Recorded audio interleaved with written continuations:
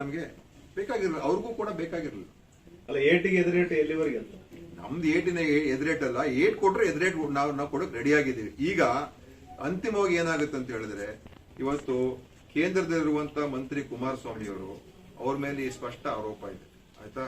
ಸ್ಪಷ್ಟ. ಈಗ ಸ್ಯಾಂಕ್ಷನ್ ಅವ್ರು ಕೊಡ್ಲೇಬೇಕಾಗುತ್ತೆ. ಯಾಕಂದ್ರೆ ಅಥವಾ ಅವರು ಬೇರೆ ಏನಾದ್ರೂ ಒಂದು ದಾರಿ ಕೇಂದ್ರಕ್ಕಾದ್ರೂ ಕಳಿಸ್ಬೋದು ರಾಜ್ಯಪಾಲರು, ಯಾಕಂದ್ರೆ ಈಗ ಕೇಂದ್ರದ ಮಿನಿಸ್ಟರ್ ಇದ್ದಾರೆ, ಅಲ್ಲಿಗಾದ್ರೂ ಕಳಿಸ್ಕೊಡ್ಬೋದು. ಆದ್ರೆ ಕುಮಾರಸ್ವಾಮಿ ಮೇಲೆ ಇರುವಂತದ್ದು ತನಿಖೆಯಾಗಿ ತಪ್ಪಿತಸ್ಥ ಅಂತ ಗೊತ್ತಾಗಿದೆ, ಅದರಿಂದನೇ ಚಾರ್ಜ್ ಶೀಟ್ ಮಾಡಿದ್ದೀವಿ, ಪರ್ಮಿಷನ್ ಕೊಡಿ ಅಂತ ಇರುವಂತ ಕೇಸ್ ಅದು. ಕುಮಾರಸ್ವಾಮಿ ಅವರ ಉತ್ತರ ನಾನು ನೋಡಿದೆ ಮೊನ್ನೆ, ನನ್ ಫೋರ್ಜರಿ ಅಂತ ಹೇಳ್ತಾವ್ರೆ. ಫೋರ್ಜರಿ ಅಂತ ಹೇಳಿದ್ರೆ ಅವ್ರು ಯಾವತ್ತೂ ಕಂಪ್ಲೇಂಟ್ ಕೊಡ್ಬೇಕಾಗಿತ್ತು. ಇವತ್ತ ಈ ಕೇಸ್ ಬಂದು ಎಷ್ಟು ದಿವಸ ಆಯ್ತು? ಇಷ್ಟು ದಿವಸದಿಂದ ಸುಮ್ಮನೆ ಅವರು ಫೋರ್ಜರಿ ಆಗಿದೆ ಅಂತ ಯಾಕೆ ಹೇಳಿಲ್ಲ? ಇಷ್ಟು ದಿವಸ ಸಡನ್ ಆಗಿ ಹೀಗೆ ಫೋರ್ಜರಿ ಅಂತ ಹೇಳ್ತಾವ್ರೆ. ಈ ತರ ಉತ್ತರ ಒಬ್ಬ ಮಾಜಿ ಮುಖ್ಯಮಂತ್ರಿ, ಒಬ್ಬ ಕೇಂದ್ರ ಸಚಿವರು ಕೊಡಕ್ಕಾಗ್ತದೆ? ಸೊ ಅವ್ರ ರಾಜೀನಾಮೆ ಕೊಡ್ಬೇಕು ಆಕ್ಚುಲಿ.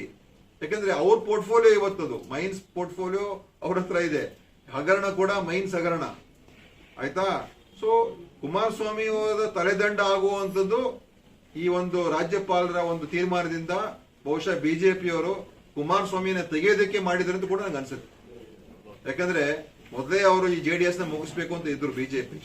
ಈಗ ಅವರು ಈ ರೀತಿಯಾದ ದಾರಿ ಹುಡುಕಿ ಕುಮಾರಸ್ವಾಮಿನ ತೆಗೆಯತಕ್ಕಂತ ಒಂದು ಸನ್ನಿವೇಶಕ್ಕೆ ಬಿಜೆಪಿಯವರೇ ತಗೊಂಡ್ ಬರ್ತಾ ಇದ್ದಾರೆ.